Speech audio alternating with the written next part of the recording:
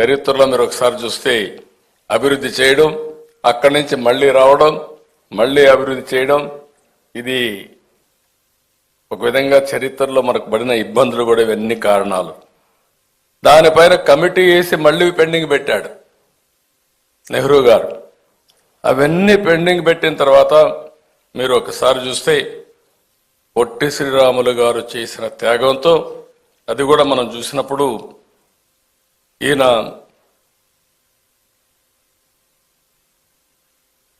చాలా ఆ వ్యక్తిని గురించి కూడా ఒక్క నిమిషం మనం ఆలోచించుకోవాల్సిన అవసరం ఉంది.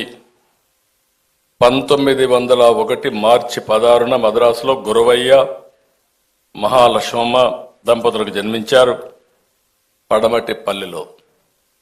ఆ పల్లి ఇప్పుడు కూడా మీరు చూసినప్పుడు ఆ డీటెయిల్స్ అని చూపించారు కానీ చెప్పలేదు. స్వాతంత్రం కోసం పోరాడాడు, సామాజిక ఉద్యమంలో పోరాడి ఎవరైతే షెడ్యూల్ కులాలు ఉన్నారో ఆ రోజుట్లోనే వాళ్ళ హక్కుల కోసం పోరాడినటువంటి ఒక సామాజిక వాది, మానవతావాది పొట్టి శ్రీరాములు గారు అని చెప్పి కూడా నేను మీకు తెలియజేస్తున్నా.